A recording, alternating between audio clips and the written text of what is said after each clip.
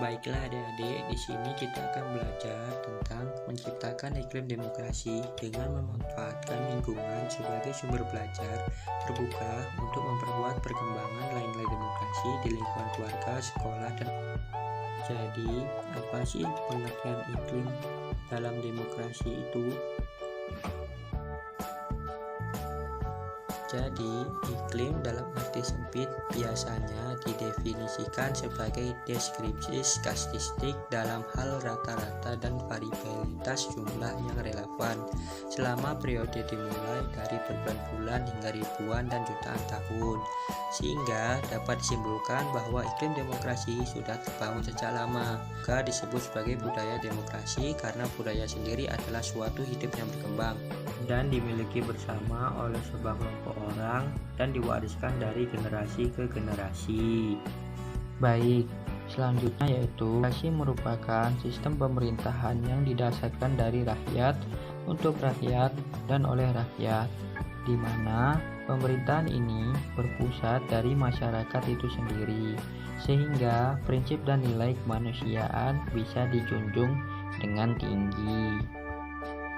Baiklah adik-adik, jadi contoh demokrasi tersebut bisa kalian temui dalam kehidupan bermasyarakat, baik di ruang lingkup keluarga, sekolah, negara, maupun lingkungan masyarakat. Lalu apa saja sih contoh dari demokrasi? Baiklah adik-adik, langsung simak ya beberapa contohnya berikut ini. Ya baiklah, yang pertama yaitu demokrasi di lingkungan keluarga. Ruang lingkup keluarga adalah lingkungan paling kecil dalam kehidupan masyarakat. Tentu saja demokrasi bisa kita mulai dari keluarga kita sendiri. Ya baik, yang pertama yaitu contohnya berlaku adil terhadap seluruh anggota keluarga. Pertama adalah sikap kita terhadap semua anggota keluarga yang ada, di mana bersikaplah adil terhadap saudara, orang tua, ataupun kerabat terdekat. Selanjutnya contoh kedua, setiap anggota keluarga bebas mengeluarkan pendapat. Seluruh anggota keluarga juga memiliki hak yang sama dalam berpendapat. Hal tersebut harus dijaga dengan baik agar tidak terjadi yang namanya salah paham terhadap suatu perkara. Apabila salah paham tersebut tidak terselesaikan dengan baik, maka akan berakibat fatal bila tidak diselesaikan. Selanjutnya, contoh ketiga yaitu mengatasi masalah keluarga dengan musyawarah. Bila terdapat suatu masalah pada keluarga kamu, maka lakukanlah musyawarah bersama dengan anggota keluarga. Jangan ragu untuk melakukan hal ini, karena keluarga adalah orang terdekat yang pastinya akan mengerti bila didiskusikan dengan baik. Selanjutnya keempat, yaitu mendahulukan kepentingan bersama. Walaupun kamu memiliki keluarga yang baik dan harmonis, jangan sekali mementingkan diri sendiri pada keluarga tersebut. Keluarga patutnya menjadi hal berharga yang harus dijaga dengan baik. Salah satu caranya adalah dengan mendahulukan kepentingan bersama di atas segalanya. Selanjutnya yang kedua, yaitu contoh demokrasi di lingkungan sekolah. Selain di ruang lingkup keluarga, ada juga demokrasi di lingkungan sekolah. Di sini baik siswa maupun guru wajib menjunjung tinggi demokrasi. Contoh demokrasi di lingkungan sekolah sendiri sangatlah banyak dan juga beragam. Contoh pertama yaitu pemilihan ketua kelas dengan musyawarah atau voting.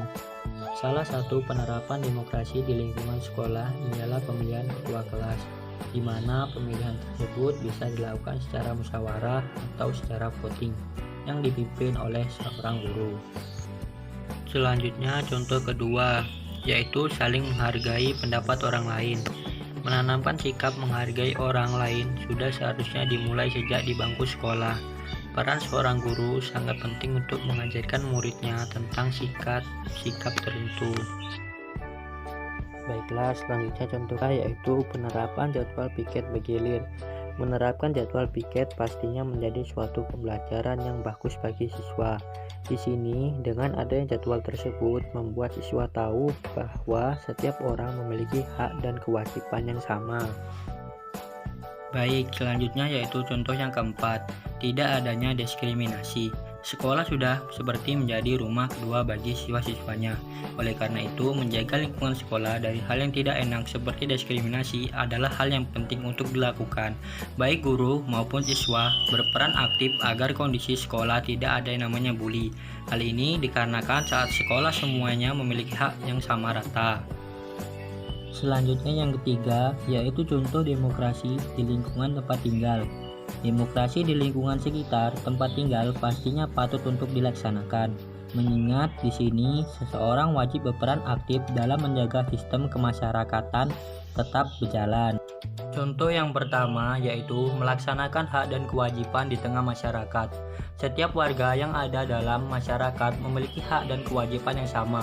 Tentu saja hal ini harus dilakukan oleh semua warga tanpa memandang status jabatan ataupun ekonomi masyarakat tersebut. Contoh yang kedua yaitu ikut berpartisipasi dalam menjaga keamanan dan ketertiban. Keamanan dan ketertiban suatu lingkungan sebagai besar dipengaruhi oleh warganya. Bila mana terdapat suatu kericuhan akibat suatu masalah, maka semua warga bisa berpartisipasi dalam menyelesaikan masalah keamanan tersebut secara kekeluargaan. Contoh yang ketiga yaitu gotong royong bersama dengan seluruh warga. Kegiatan gotong royong menjadi salah satu kegiatan positif yang biasa dilakukan di zaman dahulu. Namun seiring berkembangnya zaman, budaya ini semakin luntur dan jarang ditemui. Contoh yang keempat yaitu musyawarah rutin. Salah satu aksi demokrasi yang paling tradisional yaitu musyawarah, di mana semua orang boleh berpartisipasi dan menyatakan pendapatnya dalam menyelesaikan masalah suatu perkara melalui musyawarah tersebut.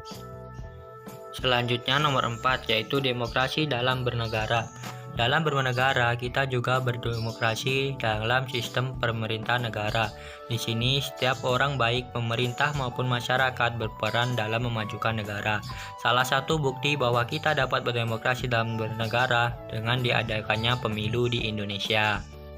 Pemilihan umum merupakan pesta demokrasi yang sangat besar, di mana semua warga negara memiliki hak untuk memilih pemimpin atau wakil rakyat dari suatu negara tersebut. Bahkan pada hari tersebut menjadi hari libur secara nasional. Baik, ada 3 pemilu yang secara garis besar berlangsung di Indonesia, yaitu pemilu legislatif, pemilu presiden, dan pemilu kepala daerah. Di Indonesia sendiri, pemilu ada 3. Yang pertama yaitu pemilu anggota DPR, DPD, dan DPRD. Yang kedua yaitu pemilu presiden dan wakil presiden. Dan yang terakhir adalah pemilihan gubernur dan wakil gubernur, bupati dan wakil bupati, serta wali kota dan wakil wali kota. Jadi pemilu legislatif. Secara umum kita akan memilih calon anggota legislatif caleg dari semua tingkat, yaitu tingkat pusat, DPR atau DPRD, tingkat daerah 1 atau provinsi, 2 atau kabupaten dan kota, serta DPD. Pemilu legislatif ini bisa dibilang yang paling basic sekaligus paling komplit, karena kita akan memilih para legislator, yaitu para pembuat undang-undang. Ini adalah langkah awal dalam menentukan siapa yang akan mengelola negara ini. Selanjutnya yaitu tahap pelaksanaan. Tahap pelaksanaan merupakan tahap pencoblosan di tempat pemungutan suara. Sebagai pemilih, kamu perlu tahu tata cara pencoblosan saat pemilihan. Sebelum mencoblos surat suara, pastikan terlebih dahulu nama kamu sudah masuk dalam daftar pemilih tetap atau DPT, serta pastikan telah mendapat formulir C6 sampai KWK atau formulir yang berisi surat pemberitahuan waktu dan tempat pemungutan suara. Selanjutnya, kamu diminta menyerahkan KTP dan surat C6, kemudian menunggu hingga panitia memanggil nama Anda. Usai dipanggil, hal yang perlu dilakukan yakni mengambil surat suara dan pergi ke bilik suara untuk melakukan pencoblosan. Dan yang terakhir, setelah mencoblos, kemudian lipatlah surat suara sesuai petunjuk. Lalu masukkanlah surat suara itu ke dalam kotak yang tersedia. Sebelum meninggalkan TPS, wajib mencelupkan salah satu jari ke tinta.